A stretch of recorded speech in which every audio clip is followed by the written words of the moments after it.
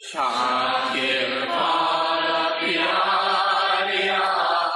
आस्तिकासनानि कपालजाति आसिरं मे कारेण सीवायु सालिसिम्नानि कालजाति ओ सालिसिम्नानि कालजाति। हाँ ਤੁਹਾਡੇ ਅੱਗੇ ਛੋਟਾ ਜਿਹਾ ਸ਼ਬਦ स्वामी जी महाराज ਦਾ ਰੱਖਿਆ ਜਾਂਦਾ।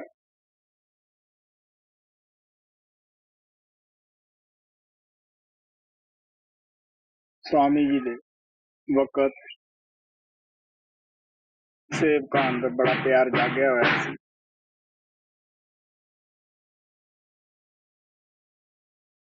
ਉਸ ਜ਼ਮਾਨੇ ਦੇ ਮੁਤਾਬਕ ਪ੍ਰੇਮੀ ਲੋਕ जैसे मंदिरां च आरती उतारते ऐसी वो प्रेमी आरती उतारते सन। कुल मालक समझ के ही उन्हां दे चरनां विच रहिंदे सन। कई बीबियां अच्छी कमाई वालियां भी सन। ज्यादातर स्वामी जी महाराज गुरु ग्रंथ उपर सत्संग करते सन। कुछ सेवकां दे जोर देण ते उन्हां ने ये बाणी रची। बहुत सारे इन्हां शब्दां दे अंदर प्रेमियां दे सवाल है, उन्हां दे ये जवाब दिंदे है। स्वामी जी दे महाराज दे परवाल वाले उन्हां दे बड़े बुजुर्ग गुरु नानक दी बाणी ते बड़ा भरोसा रखदे सीगे। घरे काफी प्रेम प्यार नाल पढ़दे सन। ते जिहड़ा शब्द तुहाडे अगे छोटा जिहा रखिया जांदा है, इहदे विच कुछ सेवक सवाल करदे आ कि महाराज जी की तुहाडा यही स्वरूप असली है जिसदी कि तुसी रोज महिमा गाउने हो कि गुरु स्वरूप अत सोहना है, अत प्यारा है। अगर सेवक एक बारी उस नूं प्रगट कर लेंदा है तां उस नूं वो छड्ड नहीं सकदा, छड्डण नूं दिल ही नहीं करदा, एक सेकंड भी अखां तो पासे नहीं करदागा। वो किहड़ा स्वरूप है? इसे स्वरूप दे बाबत गुरु अर्जन देव ने कहा कि हे गुरु मोए भोरी दर्शन दीजा। जिस स्वरूप की तुसी महिमा गाउने हो, अगर वो मैनू थोड़ा जा भी झलक भी पै जावे, मैं खुश हो जाऊंगा, मैं मगन हो जाऊंगा। महात्मा चतुरदास महाराज साहब सिरदा नाम लेवा सी, अच्छी कमाई वाला सी, अंदर जांदा सी जड़ा वाले विच, पाकिस्तान अजकल वो जगह है, उत्थे वो रहिंदा सी। जद वो भी अंदर गया तो वो भी सावन दे अगे कह के खड़ा होके कह उठिया कि अक्सर सोहने होण जगत विच इहदी शक्ल नियारी है। बेशक लोक नमैश लाउंदे आ सुंदरियां दी कि किहड़े मुल्क दी सुंदरी एक नंबर होई, अखबारां च पिक्चरां भी आउंदियां हन। कहण लगे नहीं, मन ली कि दुनिया दे विच सोहणे इंसान भी है, लेकिन जो गुरु दा अंदरला स्वरूप है ਇਹਦੇ ਵਰਗਾ ਹੋਰ ਕੋਈ ਸਰੂਪ ਹੈ ਹੀ ਨਹੀਂ ਦੁਨੀਆ ਦੇ ਵਿੱਚ। ਅਗਰ ਇੱਕ ਵਾਰੀ ਸੇਵਕ ਇਸ ਨੂੰ ਦੇਖ ਲੈਂਦਾ ਹੈ तो ਹੂਰਾਂ ਪਰੀਆਂ ਦੀ ਤਰਫ ਵੀ ਉਹ ਤੱਕ ਨਹੀਂ ਸਕਦਾਗਾ, ਝਾਕ ਨਹੀਂ ਸਕਦਾਗਾ। ਉਹਨਾਂ ਦਿਨਾਂ 'ਚ ਇਤਨਾ ਕੈਮਰਾ ਆਜ਼ਾਦ ਨਹੀਂ ਸੀ ਜਿਤਨਾ ਕਿ ਅੱਜ ਹੈ। ਫਿਰ ਵੀ ਪ੍ਰੇਮੀ ਲੋਕ ਉਹਨਾਂ ਦੇ ਹੱਥ ਨਾਲ ਉਹਨਾਂ ਦੀਆਂ ਪਿਕਚਰਾਂ ਬਣਾਉਂਦੇ ਸਨ। ਲੇਕਿਨ ਮਹਾਤਮਾ ਚਤੁਰਦਾਸ ਕਹਿਣ ਲੱਗਿਆ, बड़े मसबरा कोशिश की, उतरी उसी तस्वीर नहीं, पर जैसा तस्वीर अंदर है सावन का रूप वो एक भी नहीं बना सके। इस स्वरूप ते कबीर साहब आशिक होके आपदे गुरु नूं कहंदे है, जब तुम आवे आंख में मूंद मैं लूं, ना मैं देखूं और को ना तुझे देखण दूं। हे गुरु, एक बारी भी तेरा स्वरूप मेरी अख दे अंदर हो जावे, मैं उसे टाइम अख बंद कर दूंगा। ना मैं खुद किसी पासे देखा दुनिया की तरफ, ना तैनू ही किसी नूं देखण देवां, मता तू किसी दा जाके होर ना बन जावे। महाराज कृपाल दे मुतालिक मैं कई दफा दसदा हुंदा कि एक नाम लेवा नहीं सीगा, तो मेरी सोहबत करके उन्हां नूं मिलण वास्ते आया। काफी उन्हें गल्लां बातां कीतियां।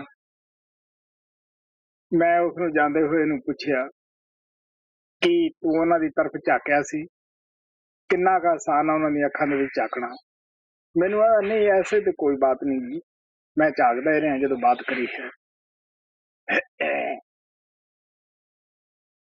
ਬੇਸ਼ੱਕ ਮੇਰੇ ਦਿਲ ਨੂੰ ਉਹ ਬਾਤ ਕੁਝ ਹੀ ਲੱਗਦੀ ਸੀਗੀ, ਲੇਕਿਨ ਅੰਦਰੋਂ ਇਹ ਖਿਆਲ ਸੀ ਕਿ ਅਗਰ ਇਹ ਜਾਣਦਾ ਹੁੰਦਾ, ਇਹ ਸਮਝਦਾ ਹੁੰਦਾ, ਉਹਦੇ ਅੱਗੇ ਟਿਕ ਹੀ ਨਹੀਂ ਸਕਦਾ, ਝਾਕ ਹੀ ਨਹੀਂ ਸਕਦਾ ਸੀ, ਜ਼ਬਾਨ ਹੀ ਇਹਦੀ ਬੰਦ ਹੋ ਜਾਂਦੀ ਕਿ ਇਹ ਕੀ ਹੈ। ਤੋ ਜਦ ਉਹੀ ਸ਼ਖਸ ਨਾਮਲੇਵਾ ਹੋਇਆ, ਚੰਗਾ ਅਭਿਆਸ ਕੀਤਾ, ਖੁਦ ਉਸਨੇ ਉਸ ਗੱਲ ਦਾ ਅਕਵਾਲ ਕੀਤਾ ਕਿ ਮੈਂ ਅੱਜ ਤੇਰੀ ਉਸ ਗੱਲ ਨੂੰ ਸਮਝਦਾ ਹਾਂ। ਵਾਕਈ ਗੁਰੂ ਦੀ ਤਰਫ ਜਦ ਅਸੀਂ ਅੰਦਰ ਜਾਂਦੇ ਹਾਂ, ਝਾਕ ਨਹੀਂ ਸਕਦੇ। ਕੀ ਅਸੀਂ ਝਾਕੀਏ ਕਿ ਉਹ ਸਰੂਪ ਹੀ ਕੋਈ ਹੋਰ ਹੁੰਦਾ ਹੈ। ਇਸੇ ਸਰੂਪ ਦੇ ਮੁਤਲਕ ਬੁੱਲੇ ਸ਼ਾਹ ਦੇ ਭੈਣ ਭਰਾ ਪੁੱਛਣ ਲੱਗੇ, ਕਿਉਂਕਿ ਮੁਸਲਮਾਨਾਂ ਦੇ ਅੰਦਰ ਸਜਿਦ ਜਾਤੀ ਦੀ ਬੜੀ ਇੱਜ਼ਤ ਹੁੰਦੀ ਹੈ। ਬੁੱਲੇ ਸ਼ਾਹ ਸਜਿਦ ਜਾਤੀ ਵਿੱਚ ਸੀਗਾ, ਔਰ ਉਹਨਾਂ ਦਾ ਜੋ ਗੁਰੂਦੇਵ ਸੀ ਉਹ ਅਰਾਈ ਜਾਤੀ ਸੀ, ਜੋ ਕਿ ਮੁਸਲਮਾਨਾਂ ਦੇ ਅੰਦਰ ਅਰਾਈ ਜਾਤੀ ਨੂੰ ਕਾਫੀ ਨੀਵਾਂ ਸਮਝਿਆ ਜਾਂਦਾ ਹੈ। ਉਹ ਲੋਕ ਆਪ ਦੀ ਬੜੀ ਹੱਦ ਤੱਕ ਸਮਝਦੇ ਸੀ ਕਿ ਸਾਡਾ ਲੜਕਾ ਇੱਕ ਅਰਾਈਆਂ ਦੀ ਸੋਬਤ ਦੇ ਵਿੱਚ ਜਾਂਦਾ ਹੈ, ਸਾਨੂੰ ਤਾਂ ਲੋਕ ਪੂਜਦੇ ਹੈ, ਮੰਨਦੇ ਹੈ। ਇੱਕ ਦਿਨ ਉਹਦੇ ਭੈਣ ਭਰਾ ਤਾਨੇ ਦੇਣ ਲੱਗੇ ਕਿ ਤੂੰ ਉੱਥੇ ਕੀ ਲੈਣ ਜਾਣਾ ਹੈ, ਉਹ ਕਿਹੋ ਜਿਹਾ ਹੈ, ਕੀ ਆ ਉਹ। तो बुल्ले शाह ने बड़े प्यार ਨਾਲ ਉਹਨਾਂ ਨੂੰ ਸਮਝਾਇਆ ਕਿ ਅਗਰ ਤਾਂ ਕੋਈ ਅਨਾਇਤ ਸ਼ਾਹ ਨੂੰ ਬਾਹਰੋਂ ਦੇਖਦਾ ਹੈ ਤਾਂ ਗਲ ਵਿੱਚ ਕੱਪੜੇ ਲੀਰਾਂ ਹੀ ਪਾਈਆਂ ਹੋਈਆਂ ਹਨ। ਅਗਰ ਕੋਈ ਅੰਦਰ ਜਾ ਕੇ ਦੇਖੇ ਉਸ ਨੂੰ, ਜਿਹੜਾ ਕਿ ਅਸਲੀ ਸਰੂਪ ਉਸਦਾ ਹੈ, ਅਸਲੀ ਰੂਪ ਹੈ, ਕਹਿਣ ਲੱਗੇ ਉਹ ਬਿਸਤ ਦੇ ਵਿੱਚ ਵੀ ਥੁੱਕੇਗਾ ਨਹੀਂ ਜਾ ਕੇ, ਕਿ ਜਿਸ ਬਿਸਤ ਦੀ ਖਾਤਰ ਲੋਕ ਆਪਣਾ ਵਿਕ ਜਾਂਦੇ ਹੈ, ਦਿਨ ਰਾਤ ਤੜਫਦੇ ਫਿਰਦੇ ਹੈ। तो बुल्ले शाह कहने लगे, जे कोई देखे बाहरों अनैत नूं ते गल विच लीरां पाइयां, जे कोई देखे अंदरों अनैत नूं ते बिहिस्ती थुक्कां पाइयां। तो सेवक अर्ज करदा है कि की तुहाडा होर भी सरूप है जिहदे विच तुसीं सदा रहिंदे हो, या यही सरूप है जिहदे विच अज मैनूं दर्शन दे रहे।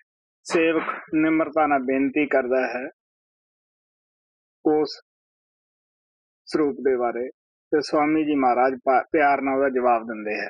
ਅੱਜ ਮੈਂ ਤੁਹਾਨੂੰ ਜਿਹੜਾ ਸਵਾਲ ਕੀਤਾ ਸੇਵਕ ਨੇ ਉਹੀ ਸ਼ਬਦ ਸੁਣਾਉਂਗਾ। ਜਦ ਫੇਰ ਸਤਸੰਗ ਹੋਏਗਾ ਤਾਂ ਤੁਹਾਨੂੰ ਜੋ ਸਵਾਮੀ ਜੀ ਜਵਾਬ ਦੇਣਗੇ ਉਹ ਸਮਝਾਇਆ ਜਾਏਗਾ।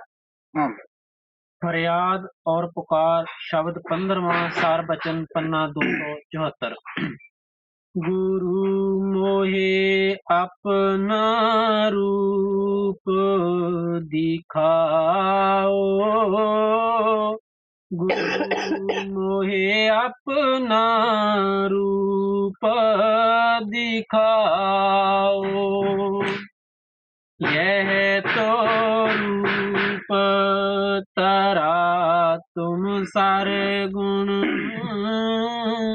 जीव उभार कराओ। ਜਦੋਂ ਬੱਚੇ ਨੂੰ ਕੋਈ ਵਸਤੂ ਮਿਲੇ ਨਾ, ਬੇਵਸ ਹੋ ਜਾਂਦਾ ਹੈ, ਉਹਦੇ ਕੋਲ ਇੱਕੋ ਹੀ ਹਥਿਆਰ ਹੁੰਦਾ ਹੈ, ਰੋਣ ਦਾ, ਚਿਲਾਉਣ ਦਾ।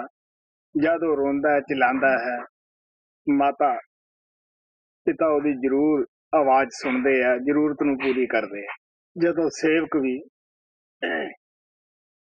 ਬੇਵਸ ਹੋ ਜਾਂਦਾ ਹੈ, ਉਹਦਾ ਕੋਈ ਚਾਰਾ ਨਹੀਂ ਚੱਲਦਾ ਗਾ। ਜਦ ਸੱਚੀ ਤੜਫ ਅੰਦਰ ਪੈਦਾ ਹੋ ਜਾਂਦੀ ਹੈ, ਉਹ ਵੀ ਗੁਰੂ ਵਾਸਤੇ ਸੱਚੇ ਦਿਲੋਂ ਪੁਕਾਰਦਾ ਹੈ, ਬੇਨਤੀ ਕਰਦਾ ਹੈ ਕਿ ਮੈਨੂੰ ਕਿਸ ਚੀਜ਼ ਦੀ ਜ਼ਰੂਰਤ ਹੈ। ਆਪ ਕਹਿਣ ਲੱਗੇ, ਇਹ ਜੋ ਸਰੂਪ ਤੁਸੀਂ ਧਾਰਨ ਕੀਤਾ ਹੈ, ਇਹਦੇ ਨਾਲ ਤਾਂ ਤੁਸੀਂ ਜੋ ਸਰਗੁਣ ਸਰੂਪ ਹੈ ਪੰਜਾਂ ਤੱਤਾਂ ਦਾ, ਇਹਦੇ ਨਾਲ ਤਾਂ ਜੀਵਾਂ ਦੇ ਅੰਦਰ ਉਭਾਰ ਪੈਦਾ ਕਰਦੇ ਹੋ, ਔਰ ਜੀਵਾਂ ਦੇ ਅੰਦਰ ਤੜਫ ਪੈਦਾ ਕਰਦੇ ਹੋ, ਪਿਆਰ ਪੈਦਾ ਕਰਦੇ ਹੋ। यह तो रूप तरा तुम सारे गुण, जीव उभार कराओ, रूप तुम्हारा अगम अपारा, सोई अब दरसाओ। ਸੇਵਕ ਬੇਨਤੀ ਕਰਦਾ ਹੈ ਕਿ ਜਿਹੜਾ ਸਰੂਪ ਤੁਹਾਡਾ ਅਗੰਮ ਹੈ, ਅਪਾਰ ਹੈ, ਅਲੱਖ ਅਗੰਮ ਹੈ, ਉਹ ਸਰੂਪ ਵੀ ਮੈਨੂੰ ਤੁਸੀਂ ਦਿਖਾਓ, ਉਹਦੇ ਵੀ ਦਰਸ਼ਨ ਕਰਾਓ। ਕਈ ਦਫਾ ਬੱਚਾ ਕਿਸੇ ਜਗ੍ਹਾ ਆਪਣੀ ਕਿਸੇ ਖਿਲੌਣੇ ਨੂੰ ਲਿਜਾਣਾ ਚਾਹੁੰਦਾ ਹੁੰਦਾ, ਲੇਕਿਨ ਉਹ ਜਾ ਨਹੀਂ ਸਕਦਾ, ਬੇਵਸ ਹੈ, ਬੱਚਾ ਜੇ ਤੁਰ ਨਹੀਂ ਜਾਣਦਾ ਗਾ। ਐਸੇ ਵਾਕਿਆਤ ਦੇਖੀਦੇ ਹੈ। तो बच्चा की करता, चलाना शुरू करता है। माता आवाज सुन के आउंदी है, ਉਹਦੀ भावना ਨੂੰ समझदी है। बच्चा इशारा नाल ही दसदा है कि मैं ये वस्तु उठा के उत्थे जाना है। माता बच्चे ਨੂੰ भी उठाउंदी है और उस जगह ਉਹਦਾ खिलौना भी पहुंचाउंदी है। तो महाराज सावन सिंह कहंदे हुंदे सीगे, ਜਿਹਦੇ ਬੂਹੇ ਤੇ बल बैठा है, बद्धा है, तो घर वाले ਨੂੰ सारा पता है कि मैं ਇਹਨੂੰ कद चारा पिलाना है, खवाना है, कद पानी पिलाना है, कद शामे धुप्पे या धुप्पे शामे करना है। उन्होंने सारी जिम्मेवारी वो समझदा है। अगर साडे स्टोर अंदर कोई मजदूर काम करता है, मालिक नूं सारा फिक्र हुंदा है कि मैं इहनूं तनख्वाह देनी है वक्त से, होर भी उहदा ख्याल रखना है, तो बेइंसाफ नहीं हुंदागा। इसे तरह जिस गुरुदेव की असीं याद विच बैठे हैं, जिन्हों मिलना चाहुंदे हैं, जिहदा दिता होया असीं सिमरन करते हैं, निरस्वार्थ भजन करते हैं, कि वो साडी पुकार सुन के रह सकता है? मैं तसल्ली ना कहना है, सब संतां दा यह तजर्बा है, वो रह नहीं सकता, वो जरूर आउंदा है। आपां शब्द बोलते हुंदे हैं, अजैब दी पुकार है, खड़क रही तार है, आओ कृपाल जी तेरा इंतजार है। हाँ भाई, असीं दुनिया दे समान वास्ते या दुनिया शरीरक बीमारियां दूर करने वास्ते तो बहुत पुकारते हैं। हालांकि सानू ये भी पता है, महाराज सावन सिंह कहंदे हुंदे, गरीबी अमीरी, बीमारी तंदुरुस्ती, दुख सुख, ये 6 चीज़ां साडे जन्म तो पहला तय हो चुकियां हैं, जो कि असीं भोगणियां जरूर हुंदियां हैं। फिर भी असीं इन्हां चीज़ां वास्ते, दुनियावी वास्ते तो दिन रात पुकारते हैं, लेकिन गुरु नूं मिलण वास्ते कोटन में को गुरु नानक कहते करोड़ां चों एक अद्धा ही सेवक हुंदा है जिहड़ा ओनूं मिलण वास्ते पुकारदा है।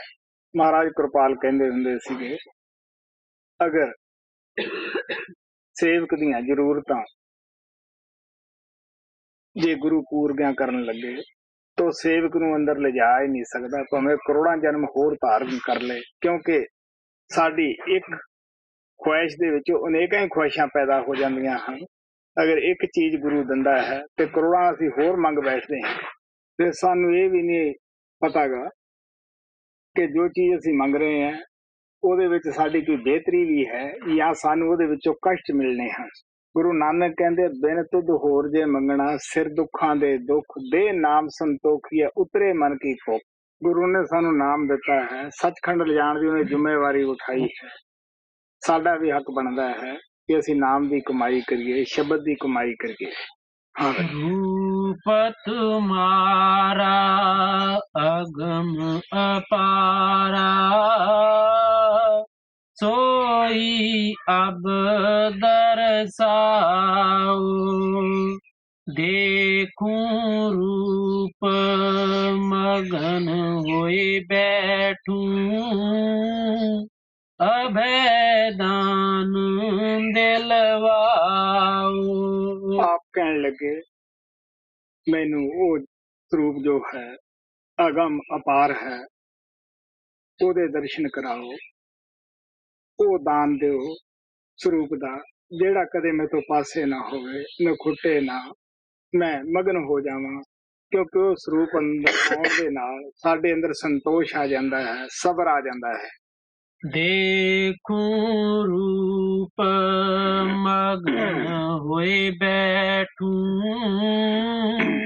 अभयदान दिलवाओ, यह पी रूप प्यारा मोको, इस ही से उसको समझाओ। आप कहने लगे ये स्वरूप भी मैनू अति प्यारा है, अति मिठा है, क्योंकि अगर ये स्वरूप मैनू ना मिलता, मैनू कौन नाम दिंदा, कौन मेरे अंदर बिरे तड़फ पैदा करदा, मेरे घर की जानकारी कौन दिंदा। ਜਦ ਤੱਕ ਇਹ ਅਸੀਂ ਇਸ ਸਰੂਪ ਨਾਲ ਸੱਚਾ ਸੁੱਚਾ ਉੱਚਾ ਪਿਆਰ ਨਹੀਂ ਕਰਦੇ ਅਸੀਂ ਅੰਦਰ ਜਾ ਹੀ ਨਹੀਂ ਸਕਦੇ ਗੇ। ਮਹਾਰਾਜ ਕਿਰਪਾਲ ਨੇ ਇੱਕ ਦਫਾ ਮੈਨੂੰ ਜਾਤੀ ਤੌਰ ਤੇ ਇਹ ਗੱਲ ਦੱਸੀ ਕਿ ਅਸੀਂ ਮਹਾਰਾਜ ਸਾਵਣ ਸਿੰਘ ਦੇ ਕਿਸ ਤਰ੍ਹਾਂ ਚਰਨ ਘੁੱਟ ਰਹੇ ਸੀਗੇ, ਸਰੀਰ ਥੱਕਿਆ ਹੋਇਆ ਸੀਗਾ। तो कहने लगे बात में पूछा कि महाराज जी कि अंदर सचमुच ऐसा ही स्वरूप है? तो हंस के कहने लगे कृपाल सिंह ये एक सच्चाई है, ये स्वरूप धारनी इस वास्ते संत करते हैं ताकि ध्यान धर के अंदर जावड़े। जिन्ना साडा इस स्वरूप नाल भी प्यार होएगा उन्ना असीं जल्दी अंदर जावांगे। अंदर और बाहरले नक्श दे विच कोई फर्क नहीं हुंदागा। यह पी रूप प्यारा मोको इस ही से उसको समझाओ, बिन इस रूप काज न होई, क्यों करवाहे लखाओ। सेवक कहता है कि हे गुरु जी, हे स्वामी जी, अगर ये स्वरूप ना तुसीं धारण कर दे मैं उस रूप नूं पा ही नहीं सकदा सीगा जिहदे विच तुसीं सदा रहंदे हो शब्द दे अंदर। बिन इस रूप काज न होई, क्यों करवाहे लखाओ। ताते महिमा पारी इसकी, पर वह पी लखवाओ। क्योंकि जो संत अपना देह रूप धार के ना आउण, वो परमात्मा ना इस संसार विच आवे तो सानू कोई नाम दा रस्ता ही नहीं दस सकदा, नाम ना जोड़ ही नहीं सकदा, उस प्रभु दे मतलब सानू कोई समझा ही नहीं सकदा गा। गुरु नानक कहंदे आ साध रूप अपना तन धारिया, या असीं ये भी कह सकते हैं कि वो परमात्मा किसी इंसान अंदर अपनी शक्ति रखता है, बल बख्शदा है, उन्होंने इजाजत दिंदा है कि जाओ तुसी जीवां नूं नाम दिओ, जिन्हां जिन्हां नूं तुसी नाम दिओगे मैं आपदे घर विच उन्हां नूं जगह देऊंगा। सेवक कहंदा स्वामी जी इस रूप की बड़ी भारी महिमा है, क्योंकि किन्नी दया उस परमात्मा ने की, खुद टट्टी पेशाब वाले चोले विच आया, बीमारियां दे खोल विच आया, सिर्फ आपदियां आत्मा नूं लैण वास्ते आया। ताते महिमा पारी इसकी, पर वह पी लखवाओ। वह तो रूप सदा तुम तारो, त्याते जीव जगाओ। जब तक संत देह विच बैठे हुंदे आ, किसी भी संत ने अज तक ये दम नहीं मारिया कि असीं सतगुरु हाँ या असीं कोई शक्ति हैं। वो सदा ही अपने आप नूं संगत दा दास कह के बयान करते हैं, सेवक कह के बयान करते हैं। तो सेवक कहता है कि शब्द रूप दे विच तां तुसीं सदा ही रहंदे हो, ये तां सिर्फ तुसीं जीवां नूं जगाउण वास्ते नाम नाल जोड़न वास्ते ही धारण कीता है। तो सेवक कहता है कि शब्द रूप तां सब दे अंदर ही हुंदा है, ਉਹਦੇ ਹੁੰਦਿਆਂ जीव जमदा है, मरदा है, चोरियां करदा है, जनाकारियां करदा है, वो किसी नूं बरजदा नहीं गा। लेकिन जब तक गुरु शब्द दे नाल नहीं जोड़दा असीं उस तो फायदा नहीं उठा सकदे, जम्मण मरन दे चक्कर चों बच नहीं सकदे। हाँ। यह वह तो रूप सदा तुम तारो, या ते जीव जगाओ। यह पी पेद सुना मैं तुमसे, सुरत शब्द मार्ग नित गाओ। सेवक कहता स्वामी जी ये भी भेद मैं तुहाथों सुनिया है कि गुरु दा स्वरूप असली शब्द हुंदा है, सेवक दा स्वरूप सुरत हुंदा है। शब्द गुरु है, सुरत चेला है।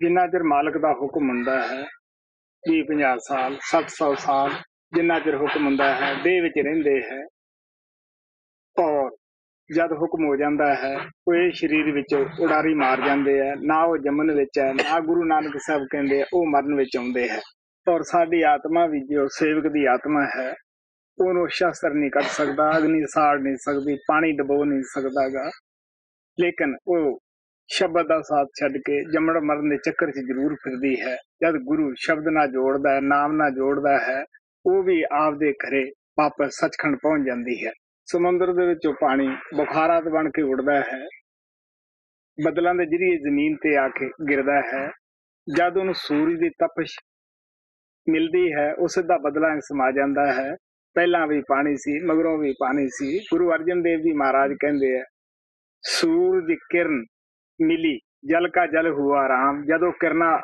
ਦੇ ਨਾਲ ਮਿਲ ਜਾਂਦਾ ਹੈ ਉਹ ਫਿਰ ਪਾਣੀ ਵਿੱਚ ਜਾ ਕੇ ਸਮੁੰਦਰ 'ਚ ਹੀ ਸਮਾ ਜਾਂਦਾ ਹੈ ਇਸੇ ਤਰ੍ਹਾਂ ਸਾਡੀ ਆਤਮਾ ਪ੍ਰਮਾਤਮਾ ਤੋਂ ਵਿਛੜ ਕੇ ਅਨੇਕਾਂ ਵਾਰੀ ਪਤਨੀ ਬਣੀ ਅਨੇਕਾਂ ਵਾਰੀ ਇਹ ਪਤੀ ਬਣੇ ਕਈ ਦਫਾ ਅਸੀਂ ਪਸ਼ੂ ਪੰਛੀਆਂ ਦੇ ਜਾਮੇ ਵਿੱਚ ਆਏ ਕੋਈ ਨਹੀਂ ਕਹਿ ਸਕਦਾ ਕਿ ਮੈਂ ਪਿੱਛੇ ਕੀ ਬਣਿਆ ਸੀਗਾ ਆਪ ਕਹਿਣ ਲੱਗੇ ਜਦ ਇਸ ਆਤਮਾ ਨੂੰ ਵੀ ਸ਼ਬਦ ਦਾ ਮਿਲਾਪ ਹੁੰਦਾ ਹੈ ਸ਼ਬਦ ਦੀ ਤਪਸ਼ ਮਿਲਦੀ ਹੈ ਸ਼ਬਦ ਦਾ ਪਿਆਰ ਮਿਲਦਾ ਹੈ ਇਹ ਵੀ ਜਾ ਕੇ ਆਪਣੇ ਘਰ ਵਾਪਸ ਸੱਚਖੰਡ ਸਮਾ ਜਾਂਦੀ ਹੈ यह पी पेद सुना मैं तुमसे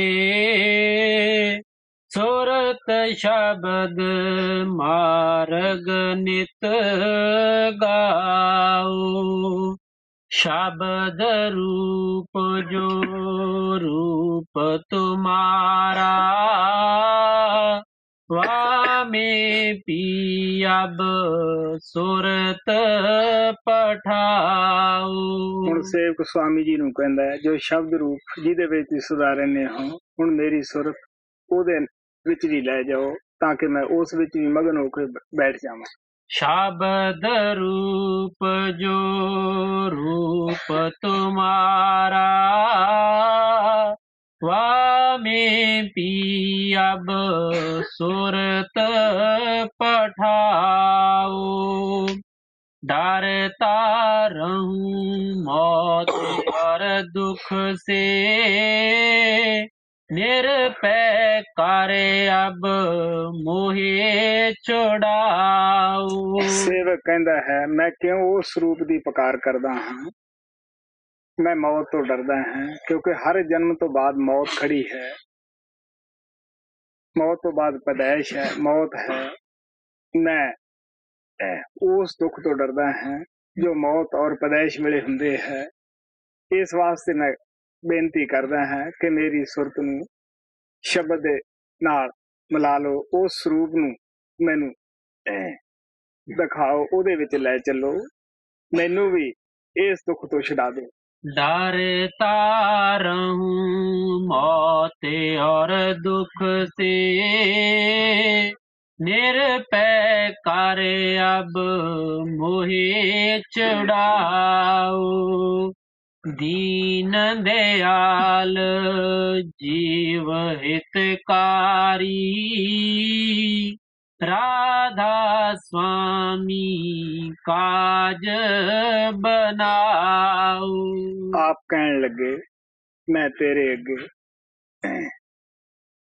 ਦੀਨ ਹਾਂ ਮਹਾਰਾਜ ਕਿਰਪਾਲ ਕਹਿੰਦੇ ਹੁੰਦੇ ਸੀਗੇ ਕਿ ਤੁਹਾਤੋਂ ਹੋਰ ਨਹੀਂ ਕੁਛ ਹੁੰਦਾ ਤਾਂ ਤੁਸੀਂ ਦੀਨਤਾ ਅਖਤਿਆਰ ਤੱਕ ਕਰ ਲਓ ਕਿਉਂਕਿ ਪ੍ਰਭੂ ਦੇ ਪਾਸ ਸਭ ਕੁਛ ਹੈ ਉਹ ਕੁਲ ਮਾਲਕ ਹੈ ਕਰਨ ਕਾਰਨ ਸਮਰੱਥ ਹੈ ਉਹਨੂੰ ਦੀਨਤਾ ਪਿਆਰੀ ਹੈ ਅਗਰ ਕੋਈ ਦੀਨ ਬਣ ਕੇ ਜਾਵੇ ਉਹ ਜ਼ਰੂਰ ਬਖਸ਼ਦਾ ਹੈ ਤਾਂ ਆਪ ਕਹਿਣ ਲੱਗੇ ਤੂੰ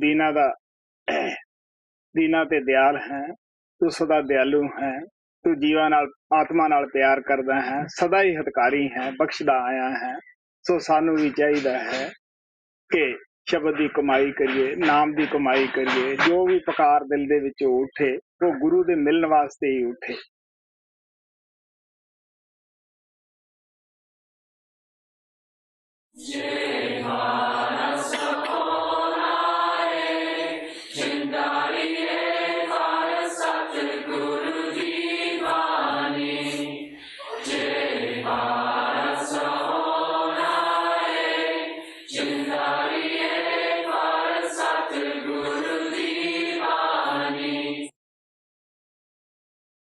हाँ। मुझे ये बताया गया है कि अपने अभ्यास के तजर्बे कभी भी किसी के साथ किसी को बताने नहीं चाहिए, तो क्या इसके अंदर अपनी पत्नी भी शामिल है? अपनी पत्नी को भी नहीं बतानी चाहिए?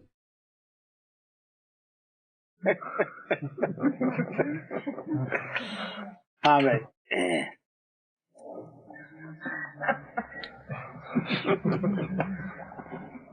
ਸਾਡੇ ਧਰਮ ਗ੍ਰੰਥਾਂ ਦੇ ਵਿੱਚ ਲਿਖਿਆ ਹੈ ਕਿ ਸਤਯੁਗ ਦੇ ਅੰਦਰ 4 ਯੁੱਗ ਹੈ, ਸਤਯੁਗ, ਤ੍ਰੇਤਾ, ਦੁਆਪਰ, ਕਲਯੁਗ। 4 ਯੁੱਗਾਂ ਦਾ ਆਪੋ ਆਪਣਾ ਧਰਮ ਹੈ। ਸਤਯੁਗ ਦੇ ਅੰਦਰ ਅਗਰ ਕੋਈ ਇੱਕ ਆਦਮੀ ਪਾਪ ਕਰਦਾ ਸੀ, ਜ਼ੁਲਮ ਕਰਦਾ ਸੀ, ਤਾਂ ਉਹ ਸਾਰੀ ਪ੍ਰਜਾ ਉੱਤੇ ਹੀ ਪੈਂਦਾ ਸੀ। ਉਸ ਦਾ ਭਾਰ, ਦੰਡ ਸਭ ਨੂੰ ਭੁਗਤਣਾ ਪੈਂਦਾ ਸੀ। ਇਸੇ ਤਰ੍ਹਾਂ ਤ੍ਰੇਤੇ ਯੁੱਗ ਦੇ ਅੰਦਰ ਅਗਰ ਕੋਈ ਇੱਕ ਆਦਮੀ ਪਾਪ ਜ਼ੁਲਮ ਕਰਦਾ ਸੀਗਾ, ਉਹ ਇੱਕ ਸ਼ਹਿਰ ਨੂੰ ਭੁਗਤਣਾ ਪੈਂਦਾ ਸੀਗਾ।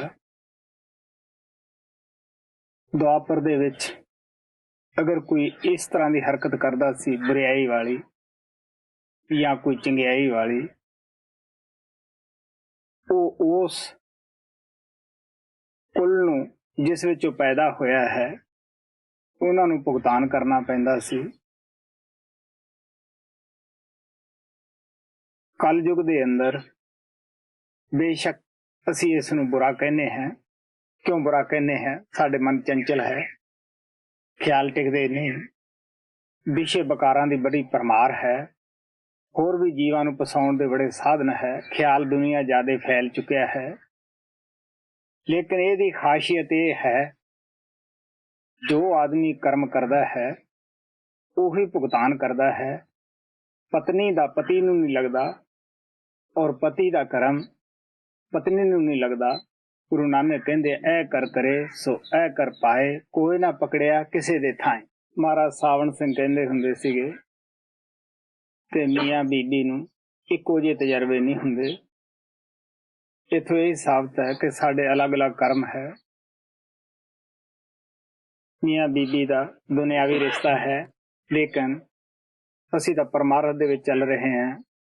ਹਾਂ, ਦੁਨਿਆਵੀ ਸਾਨੂੰ ਪਿਆਰ ਮੀਆਂ ਬੀਬੀ ਨੂੰ ਬਣਾ ਕੇ ਰੱਖਣਾ ਹੈ, ਇੱਕ ਦੂਜੇ ਤੇ ਭਰੋਸਾ ਕਰਕੇ ਚੱਲਣਾ ਹੈ ਕਿ ਪਤੀ ਪਤਨੀ भी ईर्खा कर सकते हैं, जलन कर सकते हैं कि इसकी इतनी तरक्की है, मेरी क्यों नहीं। ਉਹਦਾ असर साढ़े ते अवश्य ਹੁੰਦਾ है। पता ही है कि बड़े प्रेमियों के पत्र आते हैं। मियाँ बीबी का प्यार मन दियां लहरां च ही गुम हो जाता है। एक लहर आती है, असी एक दूजे के नज़दीक हुन्ने हैं, दूजी लहर आती है, असी एक दूजे तो अलग होने की सोचते हैं। महाराज कृपाल दे 2 नाम लेवा सन। मियाँ बीबी किसी गल तो मामूली जी खटपटी हो गई। मियाँ बेचारा अभ्यास से बैठा, औरत अंगण नूं साफ कर रही सी और ये भी फरियाद कर रही सी कि हे बाबा कृपाल, अगर तू सुनदा है तो इस बंदे की सुरत ना अंदर चढ़न दी। ये मेरे नाल गुस्से होकर बैठा है। हुण तुसीं ठंडे दिल नाल सोच सकते हो, ऐसी पत्नी नूं दस्सिया जावे कि वो तुहाडे ते जलन नहीं करूगी। वो तो गुरु अगे फरियादा कर रही है कि इहदी सुरत अंदर ना चढ़े। औरत नूं होर बड़ा कुछ है दस्सण नूं। अगर असी औरत नाल मिल के चलीए, साडी जिंदगी स्वर्ग बन सकती है। असी वध तजर्बे प्राप्त कर सकते हैं, वध अपना अभ्यास कर सकते हैं। बापू नूं पता है, एक प्रेमी ने अपनी औरत बारे तजर्बे बताए। नवी नवी शादी हुई सी, नवा नवा प्यार सी, नविया नविया उमंगा सन। वो कहन लग्या जी, जिस दिन दा मैनू ये मिली है, कई जन्मां दा मैनू ज्ञान हो चुकिया है। इनू देख के भगवान नजर आउंदा है, इहदे विचों भगवान दिसदा है। बस कृपाल इसे अंदर ही है। मैं बड़े प्यार नाल सुनिया।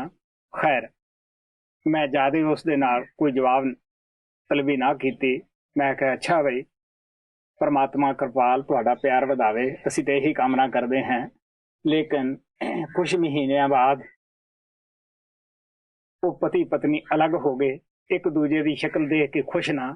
ਮੈਂ ਸਾਰਾ ਹੀ ਜ਼ੋਰ ਲਾਇਆ, ਉਹਨਾਂ ਨੂੰ ਉਹ ਵਕਤ ਵੀ ਯਾਦ ਕਰਾਇਆ ਕਿ ਆਪ ਕੀ ਕਹਿੰਦੇ ਸੀਗੇ, ਲੇਕਿਨ ਹਾਲ ਤੱਕ ਉਹ ਇਕੱਠੇ ਨਹੀਂ ਹੋਏ। ਹੁਣ ਤੁਸੀਂ ਸੋਚ ਕੇ ਦੇਖ ਸਕਦੇ ਹੋ ਕਿ ਪਤੀ ਪਤਨੀ ਦਾ ਰਿਸ਼ਤਾ ਅਸੀਂ ਕਿਤਨਾ ਮਜ਼ਬੂਤ ਸਮਝਦੇ ਹਾਂ, ਕਿਤਨਾ ਕੁ ਮਜ਼ਬੂਤੀ ਨਾਲ ਉਸ ਨੂੰ ਰੱਖਦੇ ਹਾਂ। ਕਬੀਰ ਸਾਹਿਬ ਦੇ ਪਾਸ ਵੀ ਐਸਾ ਹੀ ਸਵਾਲ ਕਿਸੇ ਪ੍ਰੇਮੀ ਨੇ ਕਰਿਆ ਸੀਗਾ। ਉਹਨਾਂ ਨੇ ਆਪਣੀ ਬਾਣੀ 'ਚ ਲਿਖਿਆ, ਤਿੰਨ ਕੋ ਦੇਖ ਕਬੀਰ ਲਿਜਾਨੇ। ਉਹ ਕਹਿਣ ਲੱਗੇ, ਸਾਨੂੰ ਲੱਜਿਆ ਆਉਂਦੀ ਹੈ ਜਦ ਦੁਨਿਆਵੀ ਗੱਲਾਂ ਨੂੰ ਅਸੀਂ ਜੀ ਪਰਮਾਰਥ ਦੇ ਨਾਲ ਮਿਲਾਉਂਦੇ ਹਾਂ। ਪਰਮਾਤਮਾ ਦਾ ਪਵਿੱਤਰ ਪਿਆਰ ਹੁੰਦਾ ਹੈ, ਪਿਓਰ ਹੁੰਦਾ ਹੈ, ਉਸ ਨੂੰ ਅਸੀਂ ਖਿੱਚ ਕੇ ਇੰਦਰੀਆਂ ਦੇ ਘਾਟ ਤੇ ਲਿਆਉਂਦੇ ਹਾਂ। ਇਹਦੋਂ ਵੱਧ ਹੋਰ ਸਾਡੇ ਅੰਦਰ ਨਾਦਾਨੀ ਕੀ ਹੋ ਸਕਦੀ ਹੈ।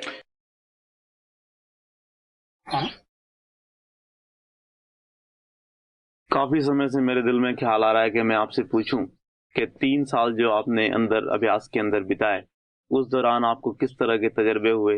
क्या आपको भी काल और महाकाल का सामना करना पड़ा, और अगर हाँ तो वो किस रूप में आपके पास आया? इस तरह की छोटी छोटी बातें उस समय की जब आप 3 साल अंदर अभ्यास कर रहे थे, मैं जानने के लिए उत्सुक हूँ। हाँ भाई, मैं इस बारे बगैर पूछे एक अपनी हड बीती बात दसदा होना है कि जब दूसरी वर्ल्ड वार सी, मेरी उम्र कोई ज्यादा बड़ी नहीं सी, और आर्मी दे विच उदों कोई ये कानून नहीं सी कि 18 साल का ही भर्ती करना है। मुद्रस पूरी करते सी कि कम से कम एक गोली तो ठहरेगा, मल्लो मल्ली पकड़ लेंदे सीगे। इसे तरह मैनू भी गौरमेंट ने जबरन भर्ती किया सीगा। ये एक सच्चाई है कि मैं दसदा हुंदा है कि लोग आर्मी च नहीं जाते सी, 20-20, 28-28, 30-30 साल की कैद मंजूर कर लेंदे सीगे।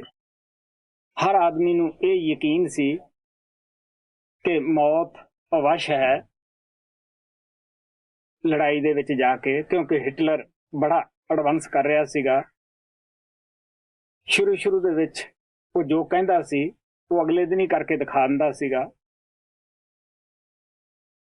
और उस वक्त मैं बगैर अपनी टर्न तो नाम दे दिता आर्मी दे विच बई मैं लड़ाई दे विच जाना चाहुंदा है। हालांकि मेरा नंबर नहीं सी, उम्र छोटी सी। मेरी उम्र नूं देख के कई अफसर थले पैरों तो ला के उपर नूं भी देखते सीगे कि छोटी जी उम्र वाले ने किस तरह आप दा नाम दर्ज करा दिता है। जिस दिन साडा ड्राफ्ट बाहर जाना सीगा, उदों 1 महीना पहला साडी डॉक्टरी हुई, कपड़े लुहा ले कि केड़ा इन्हां चों लिस्सा है, कमजोर है, उहदा दुध लाया जाए। डॉक्टर ने पूछा साडे कमांडर नूं, क्यों बई किहदा दुध लाया जाए? तो कमांडर दी अखां दे विच पानी आ गया। वो कहण लगा, सारे बली दे बकरे हन, मैं किहनूं कहां कि इहदा नां ला, मैं तां यही कहना सब दा ला दे।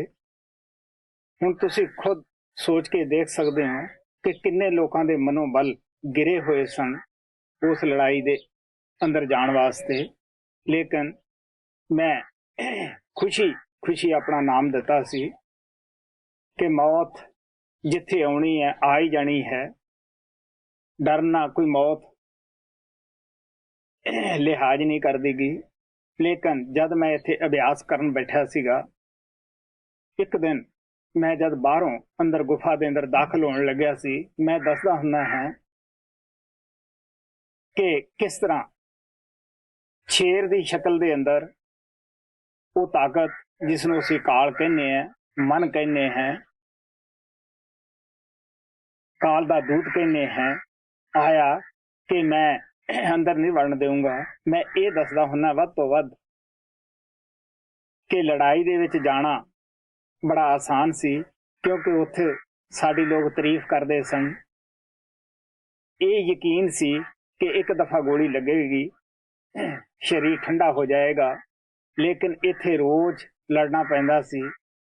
कोई हाथ विच बंदूक नहीं सी, कोई तीर कमान नहीं सी। सिर्फ एक गुरु कृपाल दा आसरा ਉਹਦਾ ਦਿੱਤੇ ਹੋਏ ਸਿਮਰਨ ਦੀ ਢਾਲ ਸੀ। ਮੈਂ ਦੱਸਦਾ ਹੁੰਦਾ ਹੈ ਕਿ ਤੋਪ ਦੇ ਅੱਗੇ ਖੜ ਜਾਣਾ ਆਸਾਨ ਹੈ, ਲੇਕਿਨ ਮਨ ਦਾ ਮੁਕਾਬਲਾ ਕਰਨਾ ਇਦੋਂ ਵੀ ਕਠਿਨ ਹੁੰਦਾ ਹੈ। ਸਿਰਫ ਇਹ ਮੈਂ ਹੀ ਨਹੀਂ ਕਹਿੰਦਾ, ਬਾਬਾ ਸਾਵਣ ਸਿੰਘ ਨੇ ਅਭਿਆਸ ਕੀਤਾ, ਹਜ਼ੂਰ ਸੱਚੇ ਪਾਤਸ਼ਾਹ ਨੇ ਅਭਿਆਸ ਕੀਤਾ।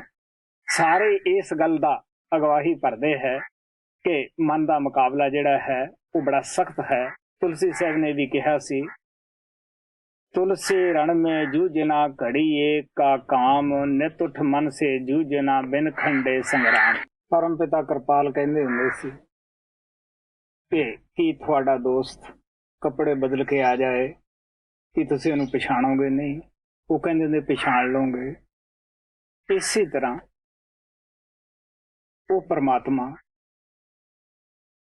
जिहड़ा कि पहलां भी साडे विच सी, ਹੁਣ ਵੀ ਹੈ, ਗਾਂ ਨੂੰ ਵੀ ਉਸੇ ਪ੍ਰਮਾਤਮਾ ਨੇ ਰਹਿਣਾ ਹੈ ਕਿ ਅਗਰ ਤੁਹਾਡੇ ਕੋਲੇ ਉਹ ਭੇਸ ਬਦਲ ਕੇ ਆ ਜਾਵੇ, ਤੁਹਾਡੇ ਦਿਲ ਦੇ ਵਿੱਚ ਤਮੰਨਾ ਹੋਵੇ ਉਸ ਪਿਤਾ ਦੀ ਉਂਗਲੀ ਫੜਨ ਵਾਸਤੇ, ਜਦ ਦੇ ਵੀ ਇਹ ਸੰਸਾਰ ਵਿੱਚ ਆਏ ਹੋਣ, ਜਦ ਵੀ ਤੁਹਾਡੇ ਸਾਹਮਣੇ ਆਏਗਾ ਤੁਸੀਂ ਉਹਨੂੰ ਜ਼ਰੂਰ ਪਛਾਣ ਲਓਗੇ।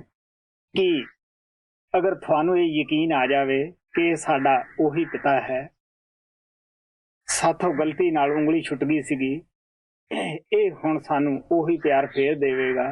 ਕੀ ਤੁਸੀਂ ਉਦੋਂ ਤਜਰਬੇ ਕਰੋਗੇ ਜਾਂ ਉਹਦੀ ਆਗਿਆ ਦਾ ਪਾਲਣ ਕਰੋਗੇ? ਮੇਰੇ ਖਿਆਲ ਅੰਦਰ ਸਭ ਤੋਂ ਪਹਿਲਾਂ ਉਹਦੀ ਆਗਿਆ ਦਾ ਪਾਲਣ ਕਰੋਗੇ।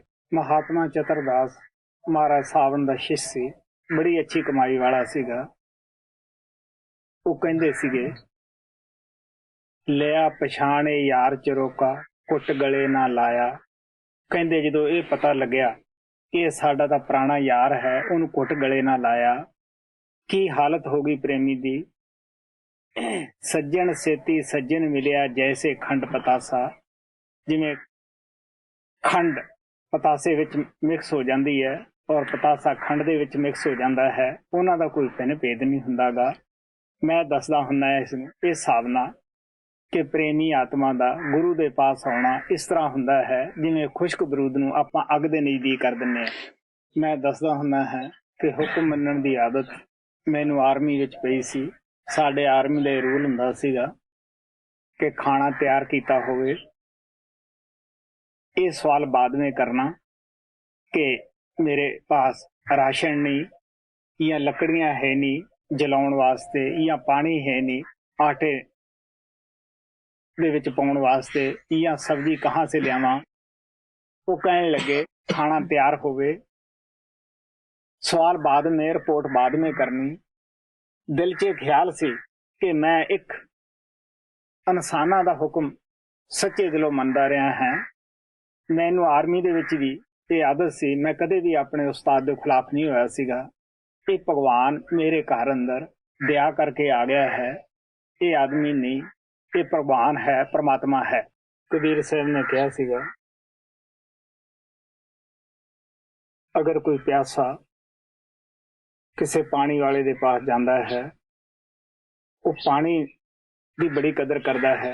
वो जाके ये नहीं पूछता कि पानी गर्म है या ठंडा है या साफ है या नहीं है और या ये पानी किस जाति का है। सिर्फ उसनू प्यास लगी हुंदी है, वो ये कहता है कि मेरी प्यास बुझा, बाद में कोई गल करांगे। गुरु नानक ने भी कहा, बिन गाहक गुण वेचिए तो गुण से गो जाए, गुण का गाहक जे मिले तो गुण लाख बकाए। मैनू प्यास सी बचपने तो वध प्यास सी। जदों दयालु पानी की बुखार लैके, अमर की बुखार लैके मेरे घर अंदर आया, मैं ये नहीं पूछया कि तू किस जाति का है, की तेरी शादी हुई है या बच्चे हैं, तू किथे रहना है। ये एक सच्चाई है। बस यही सी कि मेरे सुते भाग जागते है, मेरे घर अंदर भगवान आ गया है। मैनू जो कुछ उसने कहा मैं कर लिया। मैं उस नू आपदे अंदर जगह दी, उन्हें मेरे अंदर जगह खुद ही बना ली। प्यारे इदू वध होर तजर्बा की हो सकता है। कई प्रेमियों ने हीर रांझे का किस्सा सुनिया होगा। हिंदुस्तान के अंदर एक तख्त हजारा शहर सीगा, ਉੱਥੇ ਰਾਂਝਾ ਹੋਇਆ ਹੈ। ਰਾਂਝਾ ਉਹਦੀ ਜਾਤ ਸੀ, ਤੀਦੋ ਉਹਦਾ ਨਾਮ ਸੀ। ਔਰ ਚੰਗਸ਼ਾਲਾ ਦੇ ਅੰਦਰ ਹੀਰ ਹੋਈ ਹੈ, ਜੋ ਕਿ ਲੜਕੀ ਕੁਆਰੀ ਸੀ। ਉਹਦੇ ਵੀ ਮਾਤਾ ਪਿਤਾ ਅੱਛੇ ਸਨ, ਅੱਛੇ ਘਰਾਣੇ ਅੰਦਰ ਪੈਦਾ ਹੋਈ ਸੀ। ਔਰ ਰਾਂਝੇ ਦੇ ਦਿਲ ਅੰਦਰ ਤੜਪ ਉੱਠੀ ਔਰ ਆਪ ਦਾ ਵਤਨ ਛੱਡਿਆ, ਰਾਜ ਪਾਟ ਛੱਡਿਆ, ਅੱਛੇ ਘਰਾਣੇ ਦਾ ਸੀ। ਆਖਰ ਦਰਿਆ ਲੰਘ ਕੇ ਚੰਗਛਾਲਾਂ ਦੇ ਵਿੱਚ ਉਹ ਆ ਗਿਆ। ਹੀਰ ਦੇ ਮਾਤਾ ਪਿਤਾ ਬਹੁਤ ਸਾਰੀਆਂ ਮੱਝੀਆਂ ਰੱਖਦੇ ਸਨ। ਸਿਰਫ ਉਹ ਨੌਕਰੀ ਨਹੀਂ ਲੈਂਦਾ ਸੀਗਾ। ਦਿਲ ਦੇ ਖਿਆਲ ਵਿੱਚ ਖਿਆਲ ਆਇਆ ਕਿ ਸ਼ਾਇਦ ਮੈਂ ਇਸੇ ਦੀ ਭਾਲ ਵਿੱਚ ਆਇਆ ਹਾਂ। ਹਿੰਦੁਸਤਾਨ ਦੇ ਅੰਦਰ ਕੋਈ ਆਦਮੀ ਇਹ ਨਹੀਂ ਕਹਿ ਸਕਦਾਗਾ ਕਿ ਮੈਂ ਤੇਰੇ ਨਾਲ ਸ਼ਾਦੀ ਕਰਾਉਣੀ ਚਾਹੁੰਦਾ ਹਾਂ। ਅਗਰ ਕੋਈ ਆਦਮੀ, ਕੋਈ ਲੜਕਾ ਕਿਸੇ ਦੀ ਲੜਕੀ ਨੂੰ ਇਹ ਗੱਲ ਕਹਿ ਦੇ ਕਿ ਮੈਂ ਤੇਰੇ ਨਾਲ ਸ਼ਾਦੀ ਕਰਾਉਣਾ ਚਾਹੁੰਦਾ ਹਾਂ, ਤਾਂ ਇਸ ਦਾ ਫਲ ਮੌਤ ਹੀ ਮਿਲਦੀ ਹੈ। ਤਾਂ ਰਾਂਝਾ ਹੀਰ ਦੇ ਮਾਤਾ ਪਿਤਾ ਨੂੰ ਇਹ ਨਹੀਂ ਕਹਿ ਸਕਦਾ ਸੀਗਾ ਕਿ ਮੈਂ ਇਹਦੇ ਨਾਲ ਸ਼ਾਦੀ ਕਰਾਉਣੀ ਹੈ, ਜਾਂ ਉਸ ਲੜਕੀ ਨੂੰ ਕੋਈ ਮਖੌਲ ਨਹੀਂ ਕਰ ਸਕਦਾ ਸੀਗਾ ਕਿ ਇਹਦੇ ਮਾਤਾ ਪਿਤਾ ਨੂੰ ਪਤਾ ਲੱਗ ਗਿਆ ਤਾਂ ਬੜਾ ਖੁਸ਼ ਹੋਏਗਾ। ਉਹ ਬਗੈਰ ਮਜ਼ਦੂਰੀ ਤੋਂ ਉਹਦੀਆਂ ਮੱਝੀਆਂ ਚਾਰਨ ਲੱਗ ਗਿਆ। ਬੜੇ ਪਿਆਰ ਨਾਲ ਮੱਝੀਆਂ ਚਾਰੀਆਂ, ਲੇਕਿਨ ਉਹ ਕਹਿੰਦਾ ਸੀ ਮੈਂ 4 ਕਾਮਿਆਂ ਦਾ ਇਕੱਲਾ ਕੰਮ ਕਰਦਾ ਹਾਂ, ਸਿਰਫ ਕਿ ਮੈਨੂੰ ਇਹ ਘਰੋਂ ਨਾ ਕੱਢ ਦੇਣ, ਮੈਂ ਇਸ ਗੱਲ ਤੋਂ ਡਰਦਾ ਹਾਂ। ਲੇਕਿਨ ਉਹਦੇ ਮਾਤਾ ਪਿਤਾ ਨੇ ਉਸ ਦੀ ਸ਼ਾਦੀ ਕਿਸੇ ਹੋਰ ਲੜਕੇ ਨਾਲ ਕਰ ਦਿੱਤੀ।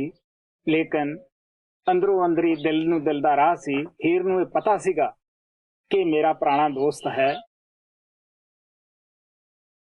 ਦੁਨਿਆਵੀ ਇਸ਼ਕ ਨਹੀਂ ਸੀ, ਵਿਸ਼ੇ ਬਕਾਰਾਂ ਵਾਲਾ, ਇਹ ਇੱਕ ਸਚਾਈ ਹੈ। ਉਹਨਾਂ ਦਾ ਪਿਆਰ ਸੱਚਾ ਸੀਗਾ। ਆਖਰ ਉਸ ਦੀ ਸ਼ਾਦੀ ਅਲੱਗ ਹੋਈ। ਉਹ ਉਸ ਡੋਲੇ ਨਾ ਚੜੀ। ਉਸਨੇ ਅੰਦਰੋਂ ਆਪ ਦਾ ਪਤੀ ਰਾਂਝੇ ਨੂੰ ਹੀ ਸੱਦਿਆ। ਆਖਰ ਜੋ ਹੀਰ ਦਾ ਚਾਚਾ ਸੀਗਾ, ਉਸ ਨੂੰ ਵਾਰਿਸ ਸ਼ਾਹ ਦੀ ਕਿਤਾਬ ਦੇ ਅੰਦਰ ਮਨ ਕਰਕੇ ਬਿਆਨ ਕੀਤਾ ਹੈ। ਜਿਸ ਤਰ੍ਹਾਂ ਮਨ ਸਤਸੰਗੀ ਔਰ ਗੁਰੂ ਦੇ ਅੰਦਰ ਪਟਕ ਪਾਉਂਦਾ ਹੈ, ਉਹ ਕੈਦੋ ਲੰਗਾ ਬਈ ਹੀਰ ਔਰ ਰਾਂਝੇ ਦੇ ਪਿਆਰ ਦੀਆਂ ਕਹਾਣੀਆਂ ਲੋਕਾਂ ਦੇ ਅੱਗੇ ਘੜ ਕੇ ਰੱਖਦਾ ਸੀਗਾ। ਉਸਨੇ ਸਾਰੇ ਉਹਨੂੰ ਨਸ਼ਰ ਕਰ ਦਿੱਤਾ, ਜਿਸ ਕਰਕੇ ਉਹਦੀ ਸ਼ਾਦੀ ਅਲੱਗ ਕਰ ਦਿੱਤੀ। ਆਖਰ ਜਦ ਉਸਦੀ ਸ਼ਾਦੀ ਹੋਈ, ਹੀਰ ਨੂੰ ਕਿਹਾ ਕਿ ਤੇਰਾ ਰਾਂਝਾ ਮਰ ਗਿਆ ਹੈ। ਉਹਨੇ ਉਸੇ ਥਾਂ ਹੀ ਆਪਣੇ ਪ੍ਰਾਣ ਤਿਆਗ ਦਿੱਤੇ ਕਿ ਮੇਰਾ ਉਸ ਤੋਂ ਬਗੈਰ ਜੀਣਾ ਹਰਾਮ ਹੈ। ਉਹਦੇ ਰਾਂਝੇ ਨੂੰ ਖਬਰ ਹੋਈ, ਉਸਨੇ ਵੀ ਉਸੇ ਜਗ੍ਹਾ ਆਪਣੇ ਪ੍ਰਾਣ ਛੱਡ ਦਿੱਤੇ ਕਿ ਉਹਦੇ ਬਗੈਰ ਮੇਰਾ ਦੁਨੀਆ ਦੇ ਅੰਦਰ ਕੀ ਹੈ। ਇਹ ਹੈ ਸੱਚੇ ਪਿਆਰ ਦੀ ਕਹਾਣੀ। ਔਰ ਸੂਫੀ ਸੰਤ ਬੁੱਲੇ ਸ਼ਾਹ ਨੇ ਆਪਣੇ ਕਲਾਮ ਅੰਦਰ ਹੀਰ ਰਾਂਝੇ ਦੇ ਪਿਆਰ ਨੂੰ ਇਸ ਤਰ੍ਹਾਂ ਬਿਆਨ ਕੀਤਾ ਹੈ। ਉਲਟੀ ਹੀਰ ਹੀਏ ਵਿੱਚ ਰਾਂਝਾ, ਜਦ ਅਸੀਂ ਆਪਣੀ ਆਤਮਾ ਨੂੰ ਉਲਟਾ ਲੈਂਦੇ ਹਾਂ, ਆਤਮਾ ਹੀਰ ਨੂੰ ਕਿਹਾ ਹੈ, ਔਰ ਹੀਏ ਕਿਆ ਅੰਦਰਲੇ ਮੰਡਲਾਂ ਦੇ ਅੰਦਰ ਉਹ ਸ਼ਬਦ ਰੂਪੀ ਰਾਂਝਾ ਮਿਲ ਜਾਂਦਾ ਹੈ। ਫਿਰ ਇਹ ਆਤਮਾ, ਇਹ ਹੀਰ, ਇਹ ਰੂਹ ਆਪਣੇ ਆਪ ਨੂੰ ਭੁੱਲ ਜਾਂਦੀ ਹੈ। ਕੋਈ ਵਕਤ ਸੀ, ਸਖੀਆਂ ਸਹੇਲੀਆਂ ਦੇ ਵਿੱਚ ਹੀਰ ਆਈ। ਉਹ ਕਹਿਣ ਲੱਗੀ ਕਿ ਤੁਹਾਡੇ ਵਿੱਚ ਹੀਰ ਨਹੀਂ। ਉਹ ਕਹਿੰਦੀ ਹੈ ਕਿ ਤੂੰ ਕੌਣ ਹੈ, ਤੂੰ ਹੀਰ ਹੀ ਹੈ।